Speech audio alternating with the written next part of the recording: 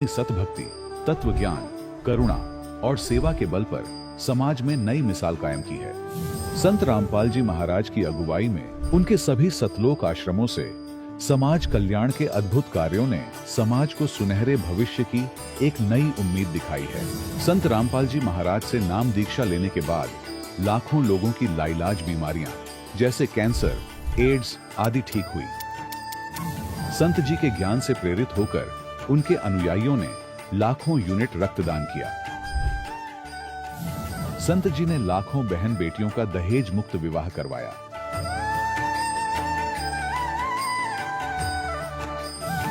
संत जी ने लाखों लोगों का नशा छुड़वाया, करोड़ों उजड़े परिवार बसे।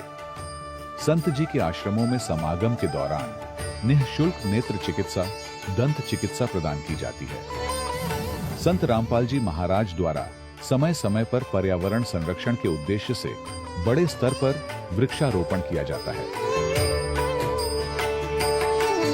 संत जी ने जरूरतमंदों को तत्काल राहत पहुंचाने के लिए एम्बुलेंस सेवा शुरू की। संत जी अपने अनुयायियों को देहदान के लिए प्रेरित करते हैं, जिससे मानवता की सेवा और चिकित्सा क्षेत्र में सुधार हो सके। संत रामपाल जी महाराज के सभी आश्रमों में हर रोज निःशुल्क भंडारा आयोजित किया जाता है, जहां हर वर्ग, हर जाति और हर धर्म के लोग एक साथ बैठकर भोजन करते हैं।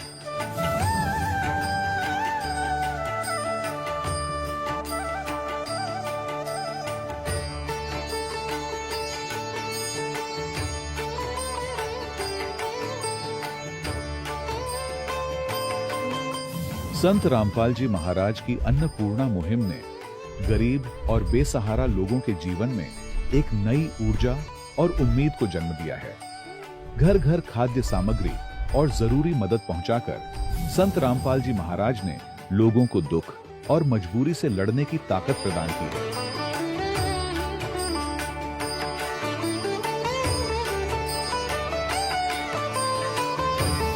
संत रामपाल जी महाराज द्वारा गरीब लोगों के लिए घर बनवाने का अद्भुत कार्य एक ऐसी मिसाल कायम कर रहा है जो सदियों सदियों संत जी की उदारता और दया भावना के तौर पर जाना जाएगा।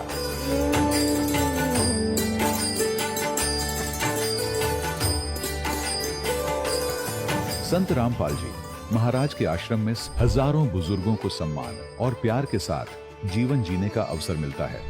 उनके खाने, रहने और स्वास्थ्य की पूरी जिम्मेदारी संत रामपाल जी महाराज उठाते हैं।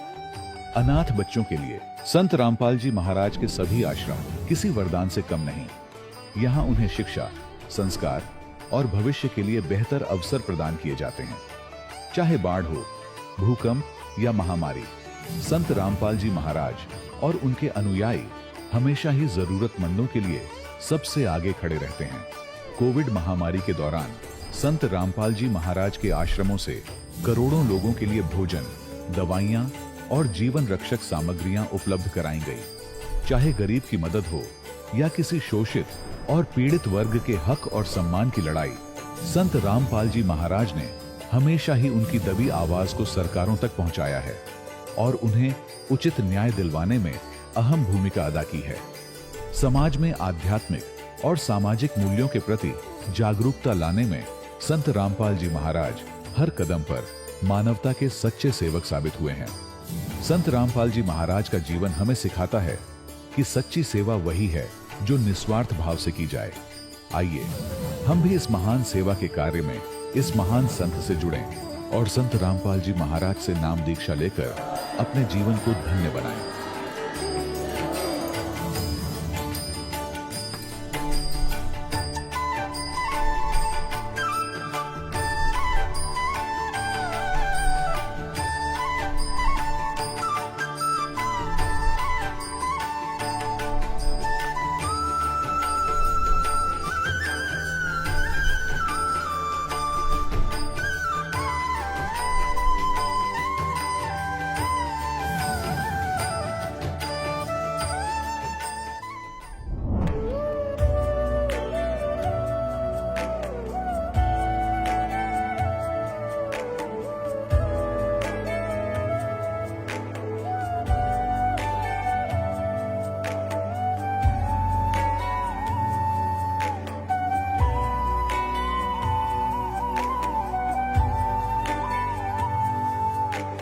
जब लग गुरु मिले न सांचा, तब लग गुरु करो 10 पांचा।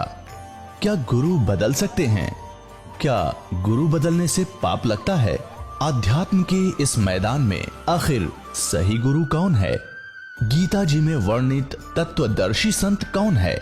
इन सभी प्रश्नों के उत्तर जानने के लिए अवश्य सुनिए जगत गुरु तत्वदर्शी संत रामपाल जी महाराज के मंगल प्रवचन। सत साहिब दर्शकों, आध्यात्मिक और सामाजिक समस्याओं के समाधान के लिए आज विश्व भर में अनेक पंथ और मत प्रचलित है। इन्हीं में से एक पंथ है राधा स्वामी पंथ, जिस पंथ में पंजाब के शैलेंद्र सिंह जी 30 वर्षों से जुड़े हुए थे, जहां उन्हें बताया गया कि पाप कर्म दंड नहीं कट सकते। पर आपको बता दें कि उनके इसी भ्रम का निवारण पूर्ण संत रामपाल जी महाराज जी ने किया, जिनकी भक्ति साधना को अपनाने के बाद आज शैलेंद्र जी का कहना है कि सच्ची भक्ति से पाप कर्म भी कटते हैं और मोक्ष भी मिलता है। आज वे इस भक्ति साधना से हुए चमत्कारिक लाभों की सराहना करते नहीं थक रहे हैं। तो आखिर ऐसा क्या विशेष है संत रामपाल जी महाराज की शिक्षाओं में, जिनसे प्रभावित होकर शैलेंद्र जी को 30 वर्ष पुरानी साधना छोड़नी पड़ी? आइए सुनते हैं शैलेंद्र जी की कहानी उन्हीं की जुबानी। नमस्कार जी।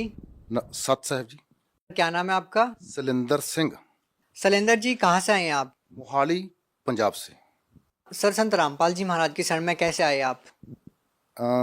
ये तो एक बहुत लंबी गल है। मैं राधा स्वामी सी। राधा स्वामी मैं रहा 30 साल। 30 साल मैं राधा स्वामी सीगा। मैं कट्टड़ राधा स्वामी सी।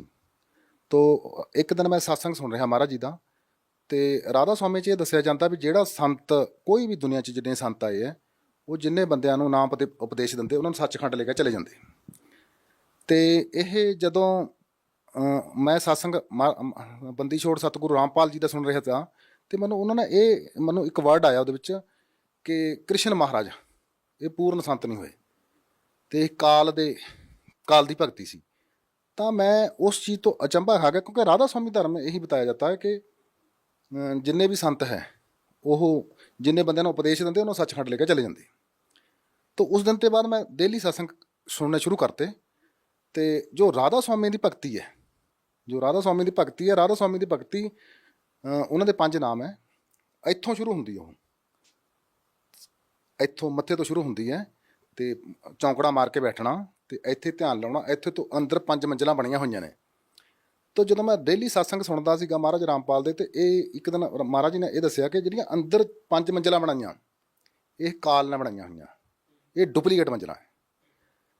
तो ये सुन के मैं हैरान रह गया, क्योंकि राधा स्वामियों के विच जो चौंकड़ा मार के बैठते, इत्थे ध्यान टकाउंदे, तो इत्थे 1 ਲੱਖ बंदे चों एक बंदे का ध्यान लग जाता, उन्हां मंजिलां विच भी चले जाता।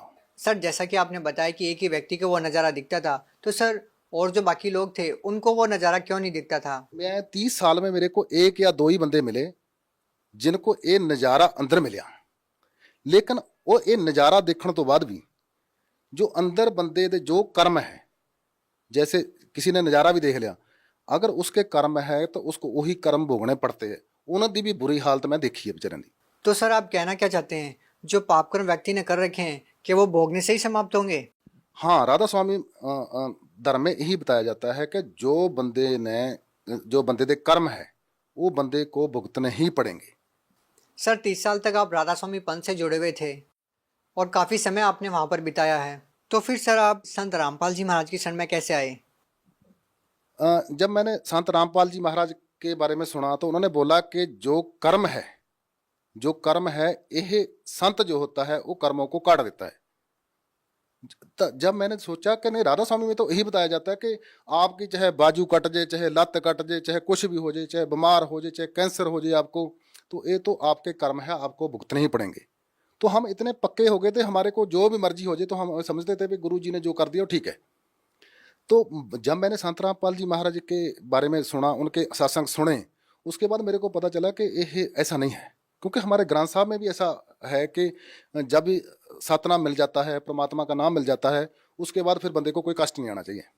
तो जब मैं ये सुनता था तो मैंने 6 महीने लगातार 6 महीने महाराज रामपाल जी महाराज जी के सत्संग सुने।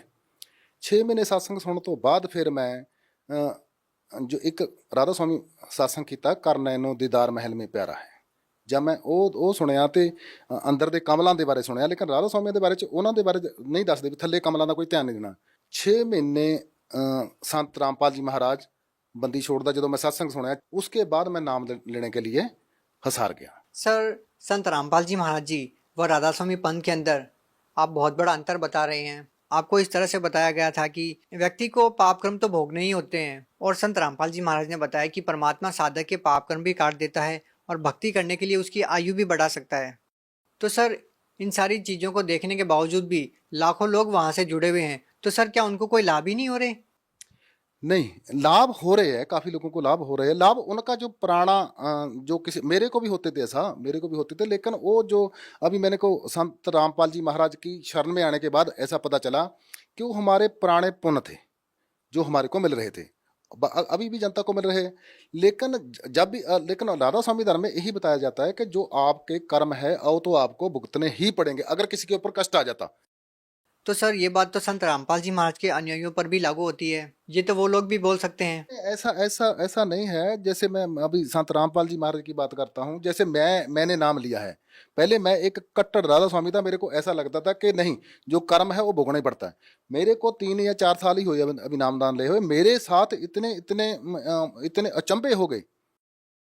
सर, आपको क्या लाभ मिले संत रामपाल जी महाराज से नाम दीक्षा लेने के बाद? मेरे को संत रामपाल जी महाराज के जाने के बाद इतने लाभ हुए कि मैं इधर गणाने शुरू कर दूं, शायद उतना नहीं टाइम होगा आप उतना कर सकेंगे। मेरी जेब में अगर पहले 1,000 रुपया रहता था, अभी मेरी जेब में 1 लाख रुपया रहता। मैं किसी काम के बारे में सोचता हूँ, अगर मैंने सोच लिया और मेरा दूसरे दिन काम हो जाता, पैसा कहाँ से आता मेरे को नहीं पता चलता है। तो पहले ऐसा राधा स्वामी धर्म में मेरे साथ ऐसा नहीं था। तो ऐसा है कि बाकी जो मैं भगती के बारे च दसा थानू, भगती है अभी जैसे मैंने व्यास से नाम लिया था, जो व्यास से नाम लिया था वो किसी वेद से, किसी ग्रंथ साहब से, किसी गीता से मेल नहीं था खाता। अभी जो मैंने रामपाल जी महाराज से नाम दिया, संत रामपाल जी महाराज बंदी छोड़ से नाम लिया, वो नाम लेने के बाद मेरे को वेद के बारे में, गीता के बारे में, ग्रंथ साहब के बारे में पूरा ज्ञान हो गया। आप ग्रंथ साहब के बारे में, ग्रंथ साहब में भी ऐसा लिखा है, हाँ ऐसा, ये लाभ की बात बताता हूँ मैं आपको। जैसे मेरे को नहीं तो पता गीता क्या होती है, मैंने गीता का अभी जब सत्संग होता मेरे को गीता पूरी याद होगी। गीता के 16वें अध्याय के 23 नंबर श्लोक में लिखा है, जो शास्त्र विधि त्याग के, जो शास्त्रों में लिखा है उससे हटकर पूजा करता उसको कोई लाभ नहीं होता। जो शास्त्रों के अनुकूल भक्ति करता है उसको सारे लाभ होते हैं। तो इसलिए ग्रंथ साहब में भी ऐसा लिखा हुआ वे पूजा करे सब लोक संतो, मन मुख थाए ना पाई। जो मन के पीछे लगकर पूजा करते हैं वो उन्होंने कोई लाभ नहीं होता है। सर, आपको संत रामपाल जी महाराज से नाम दीक्षा लेने के बाद और क्या क्या लाभ मिले? मैं सिख समाज ਦੇ ਵਿੱਚ सिख समाज ਨੂੰ ਬਿਲੋਂਗ ਕਰਦਾ। सिख समाज ग्रंथ साहब ਦੇ ਵਿੱਚ ਪਹਿਲਾਂ ਲਿਖਿਆ ਕਿ 5 ਮੰਤਰ ਦਾ ਭੇਦ ਦਊਗਾ। बार पंच परवान, पंच प्रधान, पंचे पावे दरगे मान, 5 का बहुत जिक्र आता ग्रंथ साहब के बीच में। उसके बाद आता 2 अक्षर का भेद बतावे सोई गुरु पूरा कहावे। उसके बाद आता 1 अक्षर जो गुरमुख जापे ताकि निर्मल सोई। और ये गीता में है ओम तत् सत, ये 3 मंत्रों का जो भेद बताएगा वही पूरा सतगुरु है। तो यह जो पूरे मंत्र है सतगुरु रामपाल जी महाराज दे रहे। मेरे को लगा कि यह पूरा सच्चा ज्ञान है, मैंने इसकी तरफ लग गया और जब से मैं लगा हूँ मेरा पूरा ठाठ है। मैं एक बार मैं तरीक पे जा रहा था तो मेरे साथ मेरी बेटी, मेरा दामाद, मेरा ब्रदर और मैं एक गाड़ी में 6 बंदे बैठे थे। मैं किसी विवेक हाई स्कूल चंडीगढ़ में है उसके बीच में ट्रांसपोर्ट मैनेजर लगा हुआ। तो किसी ड्राइवर ने मेरी गाड़ी के साथ शरारत कर दी, उसने मेरी गाड़ी के पखे की तार और अर्थ की तार काट दी। तो मेरे को नहीं था पता उसकी तार काट दी। मैं उधर चले गया। जब मैं हिसार चले गया, जब मैं हिसार चंडीगढ़ से 150-200 किलोमीटर है, तो जब किसी भी गाड़ी का पखे की तार काट देते हैं तो गाड़ी 10 किलोमीटर के आगे नहीं चलती। और मेरे को नहीं था पता कि तार काटी है। हिसार चले गए, हिसार के आने के बाद जब हिसार से मुड़े तो मेरी गाड़ी ने इंडिकेटर दे दिया कि गाड़ी गर्म होगी। तो मैंने गाड़ी रोकी, एक मैकेनिक था, मैकेनिक से मैंने पूछा भी ये गर्म होगी। उसने मेरे को बोला, ऐसा उठाकर ढक्कन थोड़ा सा उठाया, बोलता कुछ नहीं होता आ ले जाओ, और उसी टाइम इंडिकेटर बंद हो गया। तो वो शाम को मैं 9 बजे वापस आया। सुबह 5 बजे गए हम तरीक पे, शाम को 9 बजे तक वापस आए।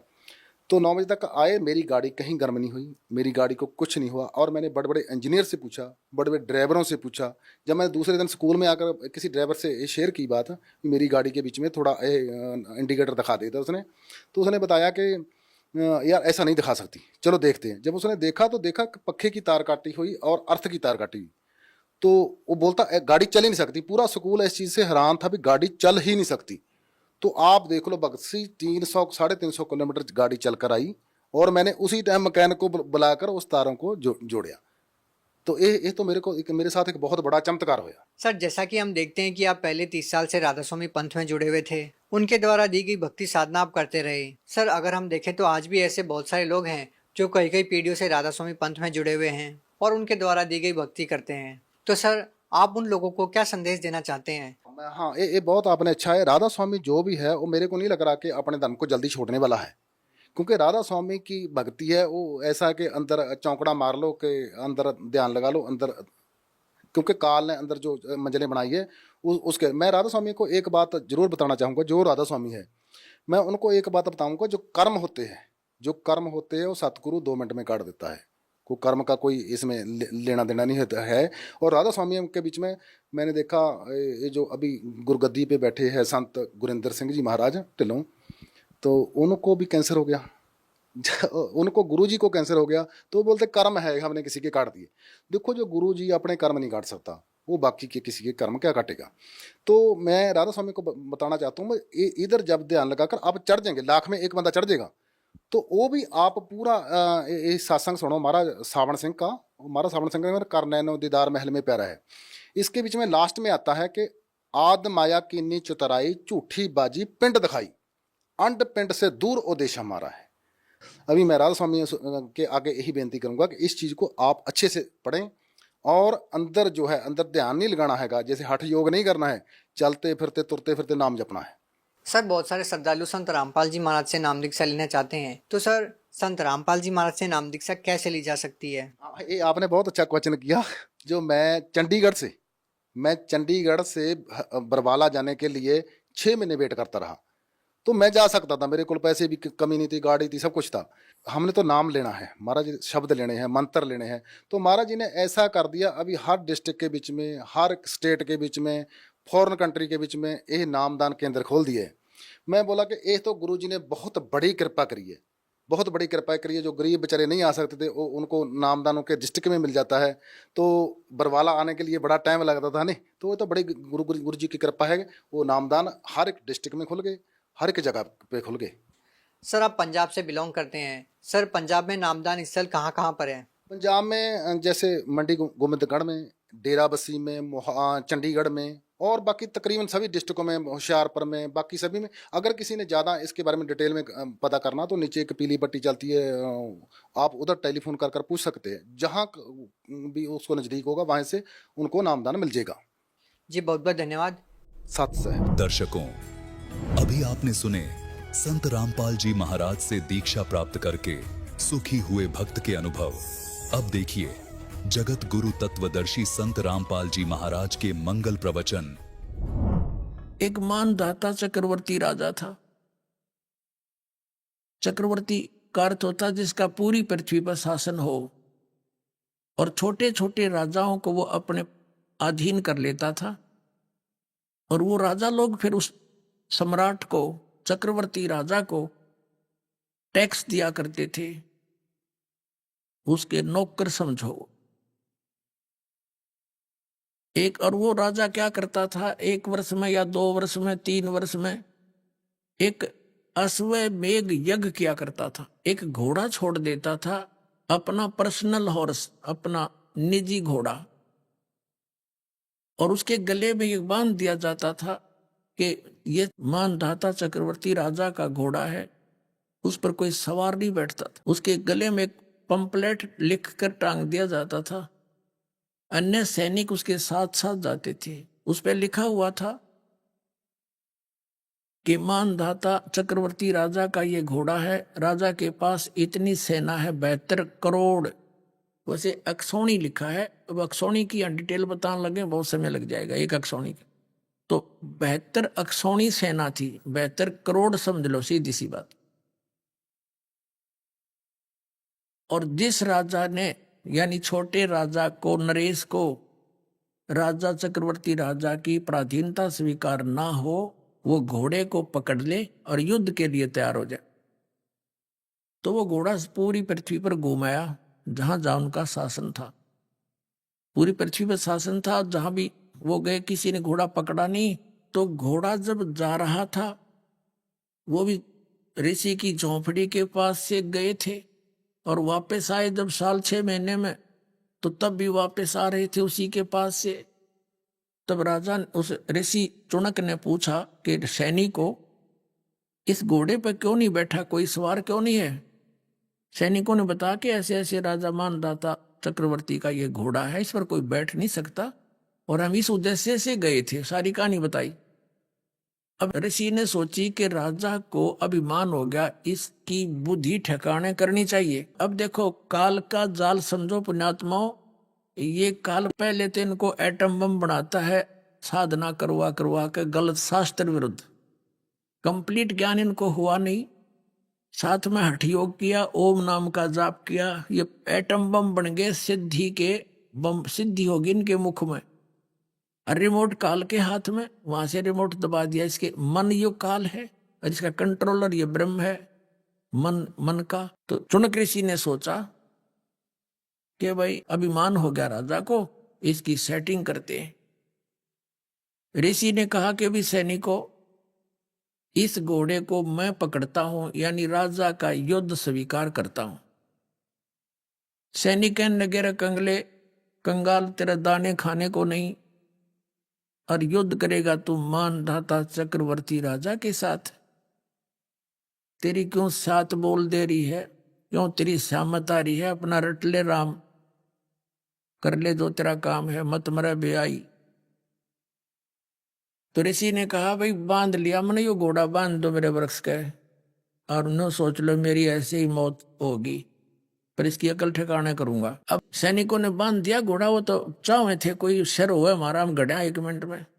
राजा के पास गए और उसको संदेशा दिया कि जी आपका घोड़ा एक चुनक नाम के ऋषि ने बांध लिया। राजन, आज एक व्यक्ति ने आपकी बेइज्जती की है, कल दूसरा शीश उठाएगा। ये सैनिक राजनीति बताते हैं मंत्री लोग, इसको अभी बुराई को कहते हैं प्रारंभ में नष्ट कर देना चाहिए। राजा ने कहा कर दो काम उसका। तो 4 टुकड़ी बना ली 72 अक्षौणी सेना की, 18-18 करोड़ की, समझ लो 18-18 अक्षौणी की। उधर से उस ऋषि ने अपने जीवन के जो डले डोए थे, साधना करी थी, हठ योग किया था, तप किया था, उसकी बना ली 4 पूतली, 4 एटम बम, परमाणु बम। वचन से, वचन जैसा कोई शक्तिशाली परमाणु नहीं है।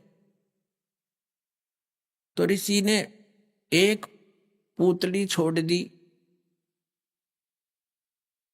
एक परमाणु छोड़ दिया। उधर से राजा ने एक 18 करोड़ की सेना की टुकड़ी भेज दी। तो उस पुतली ने उस परमाणु बम बने, ऋषि के वचन से छूटे हुए परमाणु बम, सिद्धि के बम बने, 18 करोड़ सेना को कत्लेआम कर दिया, मार दी। राजा ने दूसरी टुकड़ी भेज दी, ऋषि ने दूसरी पुतली छोड़ दी, यानी 72 करोड़ सेना का नाश कर दिया सैनिकों का। किसने? उस एक काल के पुजारी ने, ब्रह्म के साधक ने। इसके विषय में परमात्मा कबीर जी ने कहा है, 72 अक्षौणी खा गया वो चुनक ऋषि स्वर एक, ये दे धारे जोरा फिर ये सभी काल के बेखे। परमात्मा कहते तुम इनको ऋषि समझते थे, ये तो चलती फिरती मौत थी। मौत, जोरा माने मौत। ये सभी काल के भेख, यानी काल के पुजारी, ब्रह्म के पुजारी। क्या कहा, कितनी मार्मिक बात कही है परमेश्वर कबीर जी ने, यानी उन्हीं से प्राप्त ज्ञान आदरणीय गरीबदास साहिब जी की वाणी से है ये। 72 अक्षौणी खा गया, ओए खा गया यू चुनक ऋषिश्वर एक। ऋषिश्वर यानी ऋषि ईश और ऋषिश्वर यानी ऋषियों में सर्वश्रेष्ठ ऋषि के ये लक्षण है इस काल के पुजारी के। 72 करोड़ सेना खा गया, बता के सिर में दर्द था इसके। राजा अपना काम करते हैं वो करो, साधक का संत ऋषि का अपना काम है उसने अपना करना चाहिए। तो ये काल के भेख ये न्यो पंगे पावे, और काल इनके ऐसे नचाता है इन साधनाओं से। एक तरफ तो इसकी महिमा होगी, भाई चुनक जैसा ऋषि नहीं, सदपुरुष नहीं, उसने ऐसा कर दिया, सब जगह भयभीत हो गए, सब इसका आगे नतमस्तक हो गए। पाक गया चौधरी। अब परमात्मा ने क्या संज्ञा दी है इस नालायक व्यक्ति को कि 72 सोनी खा गया, 72 करोड़ सेना ने खा गया, यो चुनक ऋषि स्वर एक खा गया, यो काल रूप में काल है, ये ऋषि है ऐसा दुष्ट।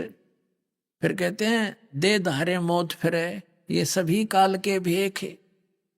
और फिर दूसरी बात कही है कि दुर्वासा ऋषि थे, ऐसे ही हठ योग करके उसने सिद्धियां प्राप्त कर ली ओम नाम के जाप करके, और उसने द्वारका के बाहर जाकर बैठ गया। यादव ने उसके साथ मजाक कर दिया। और श्री कृष्ण का गुरु दुर्वासा जी अध्यात्म गुरु, संदीपनी उनका ज्ञान गुरु थे, अक्सर ज्ञान कराने वाले जैसे टीचर होते हैं। अध्यात्म गुरु उनके दुर्वासा जी थे।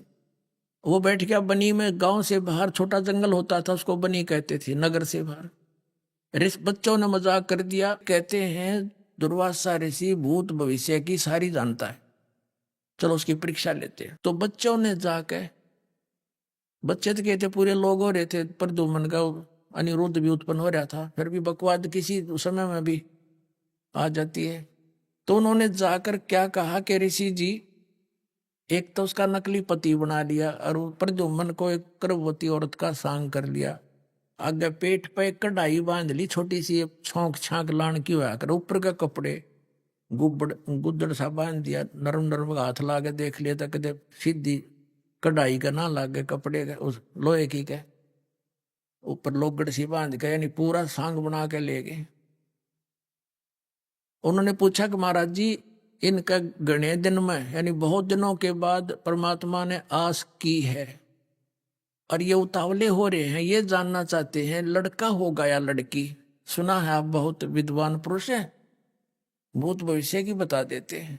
अब ऋषि ने देखा अपनी दूरबीन ला के, वो तो कढ़ाया बांध रहे थे, कढ़ाई लोहे का कढ़ाया। तो गुस्से में आके कहने लगा कि इस गर्भ से यादों का नाश होगा तुम्हारा। अब वो डर के करी लाल आंख निकाला चमटा, बालक भाग लिया, भाई बात बिगड़ गई। बड़े बुजुर्गों ने पता लगा कि भी दुर्वासा जी ने श्राप दे दिया कि यादव कुल का नाश होगा। बच्चों ने मजाक कर दी, श्री कृष्ण के पास गए। श्री कृष्ण जी ने कहा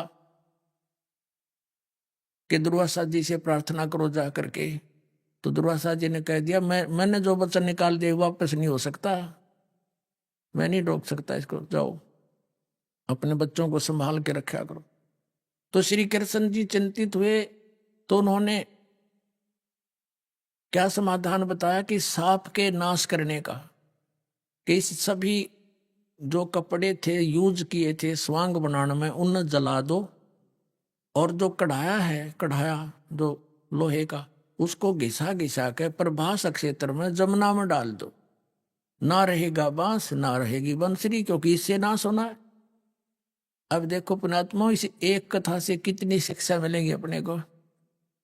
हम ये मानते रहे हैं कि जैसे हमारे धार्मिक गुरु बताया करते थे कि श्री राम श्री कृष्ण हमारे सब पापों का नाश कर सकते हैं, सब सांप को मोक्ष कर सकते हैं। ये अपने सांप नाश नहीं कर सके, हमारा कैसे कर देंगे।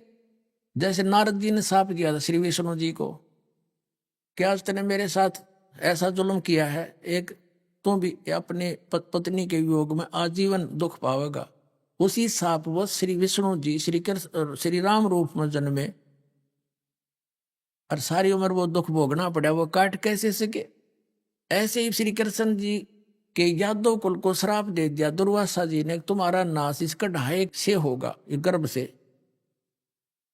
अब श्री कृष्ण जी ने समाधान भी बता दिया कि इसको घिसा कर डाल दो जमुना में। उन्होंने सारा काम कर दिया, जमुना में डाल दिया घिसा घिसा कर कति चूरा बना के। और एक कड़े होते हैं दो साइड में छोटे छोटे कड़े लोहे के ऐसे, तो वो कड़े घिसाण की ड्यूटी ला दी एक व्यक्ति की, एक एक की। तो एक ने तो घिसा घिसू दिया, एक ने सोची कि सारा ये तो कड़ाया घिस लिया, वो आलसी सा था, उसने थोड़ा बहुत घिसाया घिसाया, बाकी छोड़ दिया, फेंक दिया जमुना में। वो घिसा कर जमुना में डालना था, उन्हें सोची कौन देखे कर देने का, उसने वो वैसे डाल दिया। वो किसी मछली ने खा लिया, कोई खाद्य पदार्थ समझ के, चमकीला सा था। वह मछली पकड़ ली एक मछियारे ने, और वो शिकारी भी था। ये मांसाहारी फिर सारे काम करे, मछली ठा जाओ तो खरगोश।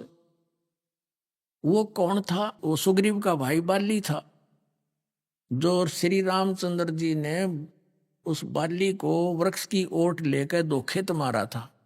तब उसने कहा था, भगवान आप तो परिचित हो विधान से, आपने सामने आना था, जो सूरवीर था तो तू, आप अलग ऐसे धोखे से क्यों मारा, तेने बदला देना पड़ेगा मेरा। तो उसने कहा था, भाई ठीक है, तेरा बदला द्वापर युग में दूंगा। अब वही बाली वाली आत्मा एक शिकारी बना, पारधी बना, और उसने वह मछली पकड़ ली। वो मछली काटी तो उसमें चमकीली वस्तु पाई। लोहार सुनार दोनों को देखा। सुनार तो कहने लगा, भाई ये तो कोई इस्पात, अच्छा इस्पात है, ले जा लोहार के पास।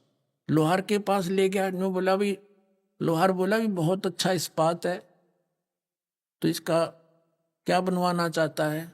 शिकारी ने कहा कि तू मेरे इस तीर का एरो बना दे, मेरे बाण का आगे का हिस्सा बना दे। उसने विषाक्त करके जहर में बुझा के और वो तीर का अगला हिस्सा बना दिया। अब उधर से दुर्वासा जी ने श्राप दे दिया कि कल यादव कुल का नाश होगा, और उधर से श्री कृष्ण जी ने समाधान बता दिया, इसने घिसा घिसूगा खत्म कर दो, कपड़ों को जला दो, ना रहेगा बांस ना बजेगी बांसुरी, यानी श्राप मुक्त। अब सब निश्चिंत हो गए, भाई बड़ी बढ़िया विधि बताई। अब दुर्वासा तो श्राप देकर चला गया। अब कुछ दिनों के बाद यो बीज उगना ही था श्राप का, अब वो फलीभूत होना था। नगरी में आपस में झगड़े, जवान हत्याएं, अपने आप मृत्यु होने लगी। तो ऐसे उपद्रव जब होते थे तो उस नगर के लोग संत ऋषि गुरुओं के पास जाते थे। श्री कृष्ण जी यादव कुल का गुरु थे और पांडवों के भी गुरु थे। अब श्री कृष्ण के पास फिर गया, सारे मौजिज व्यक्ति इकट्ठे हो गए कि हे भगवान, नगरी में पता नहीं कौन सा पाप उदय हो गया, कोई किसी की बात सुनने को तैयार नहीं, शर्म लाज रही नहीं, जरा सी बात होती है कट लट्ठम लट्ठा हो मार डालते, हत्याएं होने लगी, ये क्या कारण है? तब श्री कृष्ण जी ने बताया कि दुर्वासा का श्राप भाई फलीभूत होने जा रहा है। अब सब भयभूत हो गए कि भगवान फिर अब क्या होगा, इसका कोई समाधान बताओ। गुरुओं से ही पूछते तो श्री कृष्ण जी ने कहा कि जमुना नदी में प्रभास क्षेत्र में जाओ और वहां स्नान करो, सारे नर यादव यानी बच्चे से लेकर बूढ़े तक जाकर स्नान कर लो, तुम्हारा साप कट जाएगा, श्राप मुक्त हो जाओगे तुम। अब इस डर के मारे सभी यादव, 56 करोड़ थे उसमें 56 करोड़ की जनसंख्या थी यादवों की द्वारका के अंदर। तो उन्होंने सब अपने नवजात लड़कों को भी साथ ले गए, कहीं इन पर श्राप ना रह जा, और वहां पहुंच गए प्रभास क्षेत्र में, जमुना के किनारे। उधर से क्या देखो, अध्यात्म मार्ग में पुण्यात्माओं हम ये सोचें ऐसा नहीं वैसा नहीं, तो ये हमारी बालक बुद्धि होगी, इसमें कुछ भी हो सकता है। और इन नास्तिक लोगों ने भगवान से दूर कर दिया, ऐसा नहीं हो सकता, ऐसा नहीं हो सकता, तो अध्यात्म मार्ग वो समझ नहीं सकता वो व्यक्ति। उधर से क्या हुआ कि वो जो कण लोहे के घिसा घिसा कर कढ़ाई के डाले थे पानी में, उस किनारे पर पड़ गए और वो एक घास उग गया, पठेरे जैसा, सरकंडे जैसा, और इतने तीखे पत्ते, जैसे आपने कुसा देखी हो, हमारा तो खूब अनुभव है, दास का जन्म एक किसान परिवार में हुआ, तो वह इतनी तेज पत्ती होती, पतली पतली पत्ती होती है, उंगली का जरा सी लपेटा लग जा रहे से काट दे, वो आधी काट देती उंगली को, इतनी तेज पत्ते होते, घास होता है बिल्कुल। और वो उससे भी तेज पत्तों का घास उग गया।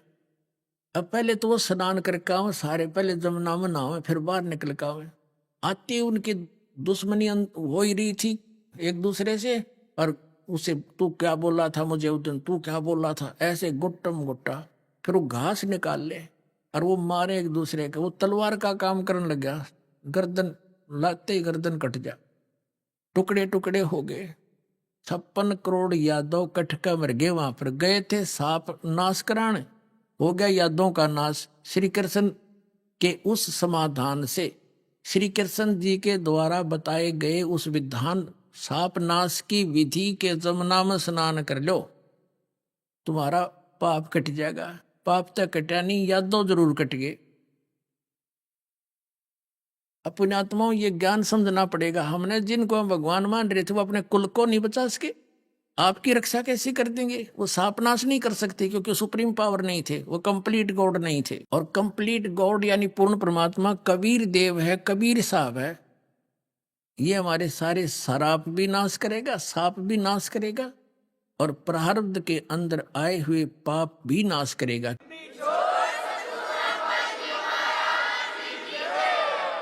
क्योंकि आज कोई दुखी है अपने प्रारब्ध यानी उसकी किस्मत में लिखे हुए पापों के कारण दुख है उसको, और सुखी है उसके सुख है, पुण्य है उसके उनके कारण सुख है। अब पुण्य से सुख, पाप से दुख हो गया, और उसका समाधान के लिए किसी संत ऋषि के पास जाते हैं। पहले तो जंतर मंत्र बताता जैसे श्री कृष्ण जी ने बता दिया, लेकिन उनसे कुछ होना जाना है ही नहीं। तो फिर वो लास्ट में कह देते ये तुम्हारे प्रारब्ध के कर्म थे तो भोगने ही पड़ेंगे। और फिर वो ये भी कहते हैं कि भक्ति कर लो, साधना करते रहो, जो हम बताते हैं भविष्य में ये दुख नहीं होंगे। अब जैसे किसी के पैर में कांटा लगा हो और उसका कारण कोई बता दे कि पीड़ा है तुझे, तो आपके कोई कांटा लगा है अंदर, गुप्त है वो कांटा, तो निकलेगा नहीं। जूते पहन ले, आगे कांटा नहीं लगेगा। तो पुण्यात्मा, कांटा लगे पैर में जूता पहना नहीं जा सकता, वो तो कांटा निकले और फिर उसको सलाह दी जाए जूते ना उतारना, और जूते निकालने से तुझे कांटा लगा जिस कारण से पीड़ा थी। अब वो पहले कांटा निकले और फिर उसको सलाह दी जाए कि जूते मत निकालना, तो फिर वो कभी जूता नहीं निकालेगा, उस डर से कि भगवान कहीं फिर से ना वो पीड़ा ना आ जा। तो ऐसे ही जो आज दुखी हैं और उनके वो कर्म रूपी कांटे लगे हुए हैं, जब तक वो कांटे नहीं निकलेंगे वो भक्ति कर ही नहीं सकता। सपने में भी नहीं सोच सकते वो आदमी भक्ति कर लेगा जिसका टेंशन हो रही है उसकी, तो वो तो उसकी भक्ति करे है जो उसके लिए काम अड़ा खड़ा है, या कोई बीमार है वो तो उसकी भक्ति करेगा मैं ठीक हो जाऊं।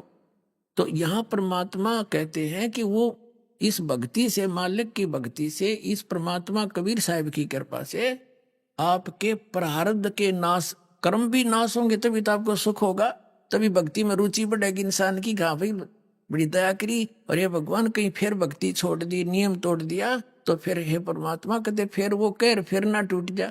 इस डर से फिर आजीवन भक्ति करेगा, उसका कल्याण हो जाएगा।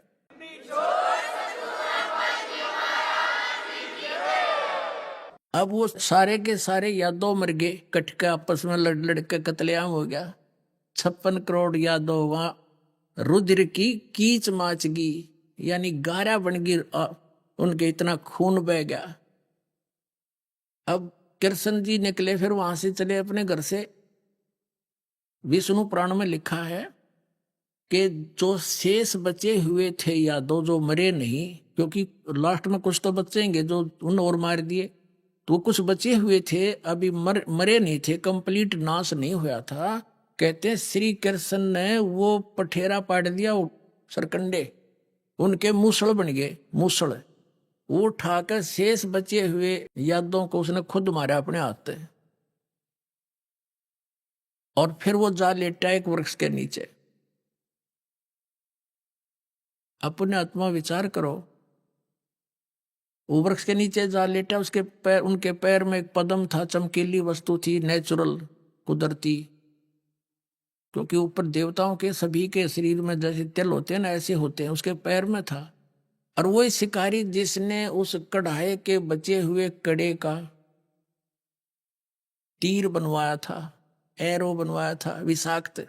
वो सारा दिन का भटक रहा था, शाम आफ्टरनून हो गया था, बाद दोपहर, कोई शिकार मिला नहीं। उसने वृक्ष की झुरमट ऐसी नीचे को टहनियां लटकी हुई थी, उसमें श्री कृष्ण विश्राम कर रहे थे, पैर पे पैर रख कर लेट के ऐसे, तलवार सामने दिखाई दे था। तो शिकारी ने सोचा कोई मर्ग बैठा है, उसकी आंख चमक रही है, अगर इधर से जाऊंगा यू भागना जा, सारा दिन हो गए शिकार मिला नहीं। उन पत्तों के अंदर से तीर ठोक दिया विषाक्त, और श्री कृष्ण के पैर में जा लग गया, जहर से बुझा। श्री कृष्ण जी कर रहे चिल्लाए, मर गया मर गया। तो उस व्यक्ति ने, शिकारी ने सोचा भाई कोई व्यक्ति का लाग गया तो बात बिगड़ गई। सामने आकर देखा तो मुकुटधारी राजा श्री कृष्ण लेटे हुए हैं, तड़फ रहे हैं। तब उसने कहा भगवान मेरे से धोखा हो गया, मैंने जानबूझ कर नहीं मारा। राजन, श्री कृष्ण जी ने कहा कि तेरा मेरा ये पिछला कोई लेन देन था, पिछला अकाउंट था, वो क्लियर कर दिया मैंने, कोई बात नहीं, तेरा कोई दोष नहीं। तब उस शिकारी ने पूछा जी कौन सा दोस्त, कौन सा लेन देन था, अकाउंट था? कि जब मैं रामचंद्र था और तू बाली था सुग्रीव का भाई, तो मैंने तुझे ऐसे धोखे से मारा था, आज तूने मुझे मारकर अपना बदला ले लिया भाई।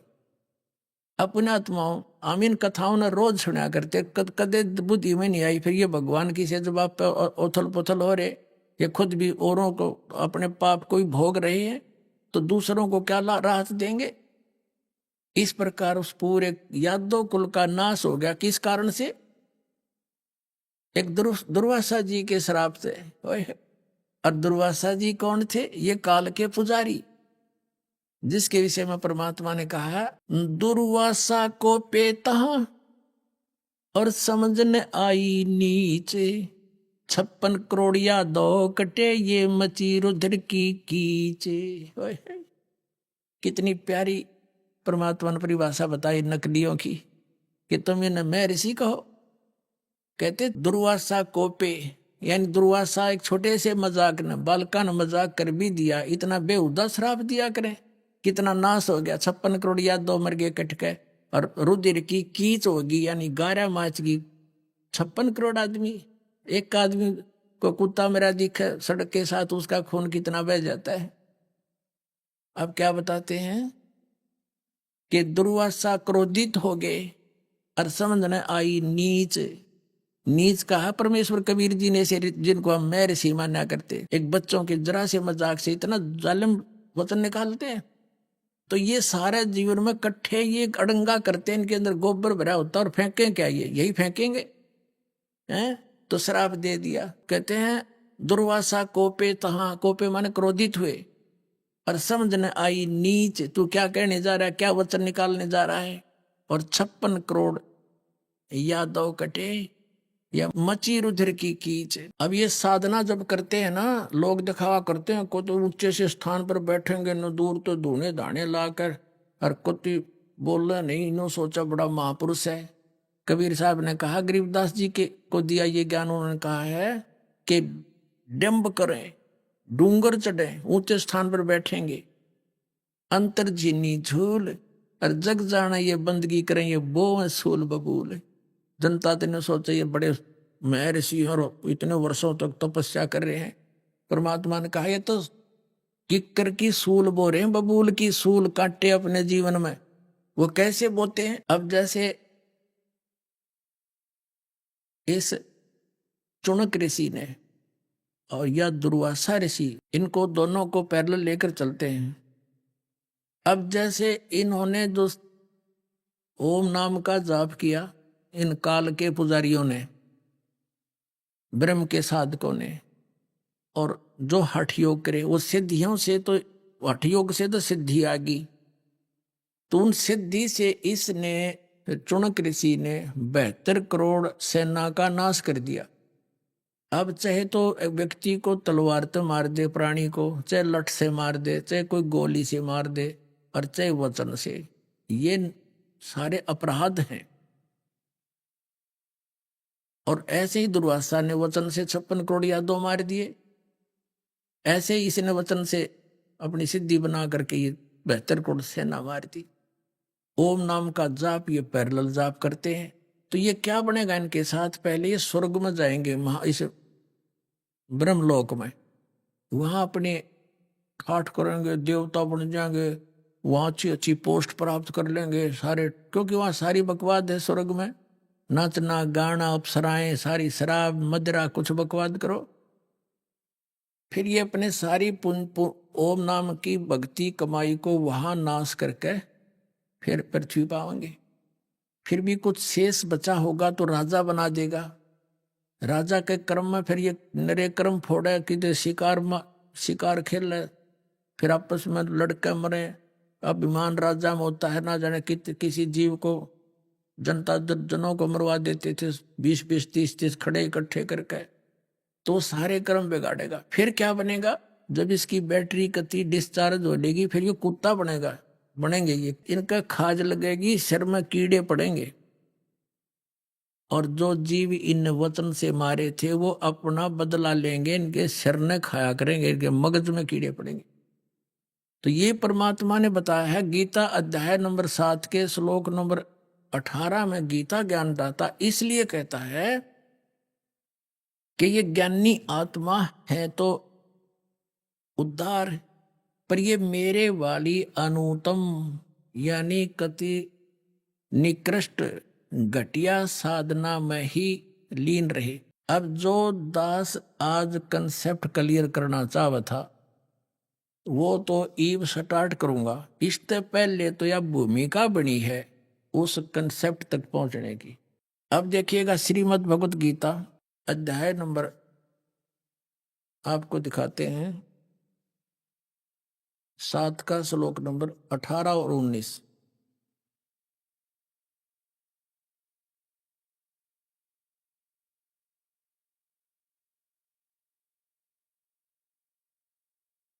ये अध्याय नंबर 7 का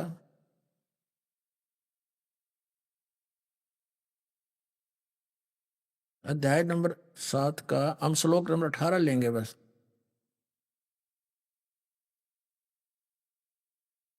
इसमें लिखा है कि उदारा सर्वे एव एते ज्ञानी तु आत्मा एव मे मतम आस्थित है स ही युक्त आत्मा माम एवं अनुत्तमाम गतिम। ये अनुत्तम शब्द है, इन्होंने अनुत्तमा का अर्थ कर दिया अति उत्तम। कर्म ठोकों ने, देख अज्ञानियों ने। अभी आपने सुने संत रामपाल जी महाराज के मंगल प्रवचन। आइए अब सुनते हैं संत रामपाल जी महाराज से नाम दीक्षा लेकर सतभक्ति करके अद्भुत लाभ प्राप्त करने वाले अनुयायी के विचार। दर्शकों, ये कहानी है उत्तराखंड के रहने वाले चमन पवार जी की। इन्होंने अपने जीवन के 30 वर्ष राधा स्वामी पंथ में बताई गई भक्ति साधना और सेवा में गुजारे। इतनी भक्ति साधना करने के बावजूद भी चमन जी आर्थिक व शारीरिक समस्याओं से जूझ रहे थे। परंतु ऐसा क्या हुआ कि 30 वर्षों से राधा स्वामी पंथ की साधना करने वाले चमन जी ने अचानक राधा स्वामी पंथ की भक्ति साधना को त्याग कर संत रामपाल जी महाराज जी से नाम दीक्षा ग्रहण की। और क्या संत रामपाल जी महाराज से नाम दीक्षा लेने के बाद चमन जी को कोई लाभ प्राप्त हुए? आइए सुनते हैं चमन जी की कहानी, उनकी अपनी जुबानी। नमस्कार सर। सत साहिब जी। सर क्या नाम है आपका? चमन सिंह पंवार जी। सर कहाँ से आए हैं? देहरादून उत्तराखंड से जी। सर संत रामपाल जी महाराज से नाम दीक्षा लेने से पहले आप क्या भक्ति साधना करते थे? मैं हनुमान जी की भक्ति करता था और मैंने हनुमान जी की भक्ति में 41 व्रत पूरे किए। जब 41 व्रत पूरे किए उस भक्ति में मुझे हनुमान जी के दर्शन हुए। उन्होंने कहा कि बोल तुझे क्या चाहिए? मैंने कहा मुझे गुरु भक्ति चाहिए। उन्होंने कहा कि 1 हफ्ते के अंदर तुम्हें गुरु भक्ति मिल जाएगी, गुरु के दर्शन होंगे। तो मैं ये ढूंढता हुआ, उस समय राधा स्वामी का बड़ा बोलबाला था, तो राधा स्वामी का बोल, हमने सोचा कि सच्चे गुरु यही हैं, तो हमने ठा करके 1 हफ्ते के अंदर ज्वाइनिंग कर दिया। 1987 में मैंने नामदान लिया था। उसके बाद मैंने मतलब ये सेवा करता रहा। सेवा करने के बाद जहाँ जहाँ जत्थे जाते थे उन जत्थों में भी मैं जाता था। जहाँ लंगर की सेवा होती थी उन लंगर की सेवा में भी मैंने जत्थे किए। लुदुरपुर की सेवा में किया, लखनऊ की सेवा में मैं जत्थेदारी में गया था। उसके बाद मतलब ये सिकंदरपुर में उसमें गया, नेपाल की सेवा में मैं गया। जहाँ जहाँ जत्थे होते थे मैं उन जत्थों में लगातार सेवा में जाता रहता था। जत्थेदारी करते थे तो उन लोगों के अंदर घमंड हो जाता था। तो वो घमंड से मतलब क्या करते थे, हर किसी को डांटना फटकारना और ज़बरदस्ती मतलब वो कि सेवा में दबाव बना के रखते थे। फिर इसी वजह से मतलब मैंने जत्थेदारी का मुझे चॉइस नहीं, मैंने जत्थेदारी छोड़ दी, जत्थेदारी छोड़ दी। उसके बाद फिर मुझे फिर ये लंगर की सेवा का जत्थेदार मिला, फिर मैंने वो लंगर की सेवा करता रहा। उसके बाद मैंने पूरे 30 साल तक मैंने राधा स्वामी की सेवा में बिताए। 30 साल पूरे करने के बाद जहाँ जहाँ जत्थे जाते थे वहाँ मैं जाता रहता था। जितने भी जत्थे जाते थे, जितने भी सेवा होती थी, मैं हर सेवा में मतलब ये कि आता जाता रहता था। परंतु जब मुझे इस चीज़ का पता चला ये जो नाम दे रहे हैं ये सब व्यर्थ जा रहा है और ये सारी काल की भक्ति हो रही है। मैंने 30 साल के राधा स्वामी की भक्ति करने से मुझे कोई बेनिफिट नहीं हुआ। सर, आपने बताया कि आपने 1987 में चरण सिंह जी महाराज राधा स्वामी डेरा ब्यास से नाम दीक्षा ली। उसमें आपने 8-10 साल के लिए जत्थेदार भी रहे और बहुत सेवा भी की। तो इतनी भक्ति साधना सेवा करने से क्या आपको कोई अनुभव भी प्राप्त हुए? क्योंकि हम राधा स्वामी डेरा ब्यास वालों से जब भी मिलते हैं तो ये बताते हैं कि हमारे यहाँ मेडिटेशन 2.5-3 घंटे की दी जाती है, जिससे कि धुन सुनना, प्रकाश दिखना आदि आदि अनुभव होते हैं। तो क्या आपको भी कोई अनुभव प्राप्त हुए? हाँ जी, सबसे पहले तो ये है कि 2.5 घंटे का वो मतलब कि साधना बताते हैं। 2.5 घंटे की साधना का करने के बाद हमने भी 2.5 घंटा साधना करके उन्होंने कहा कि 9वें द्वार से तिल से परमात्मा की प्राप्ति होती है। तो मैं 9वां मंजिल तक पास कर चुका था। 9वें मंजिल पास करने पे जब मैंने ये 9वें द्वार का जब पास करे, तारा मंडल आता है। उस तारा मंडल का खुद मतलब इतनी जोर आवाज़ होती है जैसे कोई विस्फोट होता है। और उसके बाद कि आगे का रास्ता नहीं मिला। ये चीज़ हुई तो मैंने अपने गुरु चरण सिंह महाराज जी के लिए लेटर लिखा और लेटर में मैंने ये लिखा कि महाराज जी ये 9वें द्वार तक की मंजिल तो मैं पास कर चुका हूँ, परंतु इससे ऊपर की कोई मंजिल पास नहीं हो रही। तो उन्होंने कहा कि भक्ति करो 2.5 घंटे की, और 2.5 घंटे की भक्ति में आपको सब कुछ मिला, परंतु उसके बाद कुछ नहीं है। इसलिए मतलब ये है कि इस भक्ति में जो है ना आगे की मंजिल कुछ नहीं, ये सिर्फ गुमराह है। सर, आपने बताया कि आपने राधा स्वामी डेरा ब्यास की भक्ति रोजाना की। उससे आपको जैसा उन्होंने बताया कि आप 9वें द्वार तक पहुंच सकते हैं और आप 9वें द्वार में पहुंच गए और वहां की उपलब्धि हुई, तो उसके बाद आपको कैसा अनुभव हुआ? कैसा आपको लगा कि आप कहां तक पहुंच गए हैं? उसके बाद भी आप भक्ति करते हैं या आपने छोड़ दी? मैं 9वें द्वार को पार करके जब मतलब ये कि तारा मंडल का आता था, उसके मतलब ये कि मैंने वहाँ तक मैं पहुँचा, उससे ऊपर कोई उपलब्धि नहीं हुई। और फिर मैंने अपने गुरुजी के मतलब ये कि आगे जा करके लेटर लिखा कि महाराज आगे इसके ऊपर तो कुछ दिख नहीं रहा है। उन्होंने बोला 2.5 घंटे की भक्ति करो और आपको सब कुछ होता रहेगा। फिर मेरे मन में शंका पैदा हुई, मैंने कहा इसके ऊपर तो कुछ दिख ही नहीं रहा है। फिर एक दिन ऐसा था 2 बजे के टाइम पे मैं चैनल ढूंढ रहा था। चैनल ढूंढते ढूंढते मतलब है कि चैनल ढूंढते रामपाल महाराज जी का ये सत्संग चल रहा था, जिसमें वो खोल करके राधा स्वामी की शिवदयाल जी के मतलब है कि प्रवचन कर रहे थे। और उन्होंने कहा कि शिवदयाल जी तो खुद होका पीते थे और राधा स्वामी कहते हैं कि शराब बीड़ी सिगरेट पीने के लिए तो वो बिल्कुल सख्त मना है। और वो जो गुरु जी थे वो होका पीते थे और जो उनके साथ मतलब ये पीने के बाद जो उन पे नाचते थे वो तो खुद भूत बन गए हैं। और उन्होंने मतलब ये कि वो उनके जो शिवदयाल जी जब वो चोला छोड़ के गए, उनकी बहुत मतलब ये हालत खस्ता हुई है। फिर मैंने जब ये चैनल ऐसे ही मैंने सुना, मैं दुखदाई में पैदा हो गया और मैंने उस दुखदाई की वजह से मैं सोचता रहता कि ये क्या चक्कर हो गया।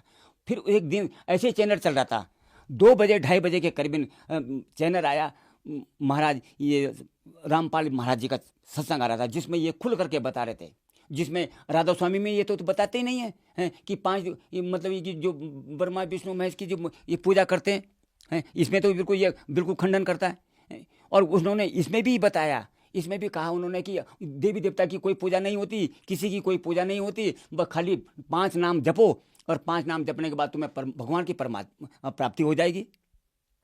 उसके बाद मतलब ये कि कोई नहीं। और जितने भी मैंने सत्संगी देखे हैं किसी न किसी तरीके से पीड़ित हैं और न ही उनको परमात्मा की प्राप्ति हुई। ये सब मतलब ये कि गुमराह करके काल के जाल में धकेल रहे हैं। अपना आप तो गए पर इन्होंने औरों को भी मतलब काल के जाल में धकेल दिया है। सर, जैसा कि आपने बताया, आपने राधा स्वामी डेरा ब्यास से दी गई भक्ति को रोजाना किया, 2.5 घंटे मेडिटेशन की, उसके बाद आपको उपलब्धि भी प्राप्त हुई कि आपने 9वां द्वार वो जैसा बताते हैं क्रॉस कर दिया। तो उस सब भक्ति साधना से और भी कोई आपको भौतिक, मानसिक, शारीरिक लाभ प्राप्त हुए? नहीं सर, कोई लाभ नहीं हुआ, इसमें कोई लाभ नहीं हुआ। मैं इतने साल भक्ति करने के बाद भी मुझे उससे कोई लाभ नहीं हुआ, बल्कि और परेशानियां नजर आ रही थी। परेशानी ये थी, कोई भी काम काज जो भी मतलब किसी होता था, हानियाँ होती रहती थी, कोई परेशानियाँ किसी चीज़ में उपलब्धि नहीं हुई। जो भी मतलब कोई कारोबार ही होता था, मतलब ये कि इसमें कोई भी किसी तरह से मतलब ये कि मुझे लाभ नहीं हुआ। जिसके कि मतलब कि भक्ति करने से आदमी को लाभ होता है या कुछ भी नहीं तो गुरु भक्ति से कुछ फायदा मिलता, उससे भी कोई फायदा नहीं हुआ। 2.5 घंटे के इसमें करने के बाद क्या होता था कि घुटनों में दर्द हो जाता था, कमर में दर्द हो जाता था, परेशानी, उससे कोई लाभ तो होता नहीं था। पहले सबसे पहले तो बैठने से क्या होता है कि घुटनों का दर्द हो जाता था, कमर में दर्द हो जाता था। उन दर्दों से मतलब परेशानियां ज़्यादा होती थी, और परेशानी इतनी होती थी कि उठने जुटने में भी परेशानियां होती थी, और इतना करने के बावजूद भी मुझे उससे कोई लाभ नहीं हुआ। संत रामपाल जी महाराज की जानकारी आपको कहाँ से मिली? एक दिन मैं दिन में टीवी चैनल देख रहा था, चैनल को घुमाते 2:30 बजे के टाइम के बाद तो रामपाल महाराज जी का चैनल चल रहा था। तो जब मैंने देखा तो चैनल रोक करके फिर मैंने पीछे बैक करा। बैक करने के बाद देखा तो ये महाराज जी चरण, ये मतलब ये कि रामपाल महाराज जी का ये आ रहा था, जिसमें ये बता रहे थे कि राधा स्वामी की टाइम से वो बहुत मतलब ये कि खोल करके बातें बता रहे थे। तो मैंने देखा कि ये हमारे गुरु की तो बुराई कर रहे हैं। मैं तो चरण सिंह महाराज जी मेरे गुरु हैं, और मैंने 1987 में मैंने नाम लिया और जिनको ये कह रहे हैं कि इनके बढ़ करके कोई मतलब गुरु नहीं है, तो ये कहते हैं कि मतलब ये कि उनके तो गुरु जी होकर पीते थे, उनके तो पीछे कोई गुरु ही नहीं है। मैंने लेटर लिख करके कहा उनको कि जो उनके साथी थे, मैंने उनको बोला भी हमारे गुरु जी जो तुम चरण सिंह महाराज जी को बताते हैं, इनके गुरु बताते हैं, ये तो मतलब खुद अधूरे गुरु हैं, इनके पास तो भक्ति है ही नहीं। तो जब मैंने फिर ये किताब ली ज्ञान गंगा में मतलब खुल करके गए मतलब उसमें दिखाया गया कि पूरे ब्रह्मांड की रचा हुआ, पूरी सृष्टि का मतलब रचाया बता करके खोल करके विधि विधान से बताया गया। जब मैंने वो किताब पढ़ी, मैंने सोचा कि मैंने तो 30 साल बेकार कर दिए। 30 साल तक मैंने राधा स्वामी भक्ति करी, तो मेरा तो ये सब कुछ बेकार कर दिया है। फिर जा करके मैंने जब 1 महीने तक मैंने ये चैनल देखा और मैंने ये पढ़ा, 11/8/2017 में मैंने रामपाल महाराज जी की शरण में जा करके नाम दीक्षा ली है। सर, आप राधा स्वामी पंथ से 30 साल से जुड़े रहे और उसके बाद 2017 में संत रामपाल जी महाराज की शरण में आए। राधा स्वामी पंथ जिसकी पूरे भारत में तथा विदेशों में भी तूती बोलती है, इतने बड़े पंथ को छोड़कर आप संत रामपाल जी महाराज की शरण में आए, तो आपको ऐसा नहीं लगा कि आप कहीं गलती कर रहे हैं? नहीं सर, मैं कोई गलती नहीं कर रहा। राधा स्वामी जो पंथ है ये 9वें द्वार और 10वें द्वार तक ही सीमा बताते हैं, इसी को सचखंड कहते हैं, और इसी सचखंड के में सारी दुनिया को इन्होंने इसी सचखंड में ही उलझा रखा है। और ये 9वें द्वार तक और 10वें द्वार तक जो है ये काल का ही जाल है, जो कि ये भक्ति भी काल की करवाते हैं। संत रामपाल जी महाराज से नाम दीक्षा लेने के बाद आपको क्या क्या लाभ हुए? सबसे पहले मेरे हाथ पाँव में दर्द होता था, ये बीमारी का जकड़ से हाथ पाँव घुटनों में सब दर्द होता है। अब जब से मैंने ये रामपाल महाराज जी से नाम दीक्षा ली, तब से मैं स्वस्थ और सही सलामत ठीक हो गया। मेरे घर का कलेश होता था, लड़कों का, बच्चों का, बहुत परेशानियां रहती थी। ये सब जब से मैंने रामपाल महाराज जी से नाम दीक्षा ली, तब से बच्चों का भी आपस में तालमेल सही हो गया, घर गृहस्थी का भी सही हो गया, और कारोबार में बड़ी अड़चन आती थी, लोग बड़े परेशान होते थे। मतलब इस बात से उनसे भी मुझे बेनिफिट हुआ। सर, संत रामपाल जी महाराज से नाम दीक्षा लेने के बाद आपको बहुत सारे लाभ प्राप्त हुए। आप भक्त समाज को क्या संदेश देना चाहते हैं? मैं भगत समाज को ये संदेश देना चाहता हूँ कि ये सब नकली गुरुओं को छोड़ करके आप रामपाल महाराज जी के शरण में आए और दीक्षा लें और अपने इस मुक्ति मार्गों को अपनाएं। सर, संत रामपाल जी महाराज से नाम दीक्षा लेने के लिए भगत समाज को क्या करना होगा? रामपाल महाराज जी के सत्संग टीवी पे हर चैनलों पे मतलब सत्संग आता है, उसमें एक पीले रंग की पट्टी लगी हुई है। उन नंबरों पे आकर के आए और अपने नज़दीक के सत्संग घर बने हुए हैं रामपाल महाराज जी के, उन पे जा करके नाम दीक्षा लें और अपना मोक्ष प्राप्त करें। धन्यवाद जी। साथ साहब जी।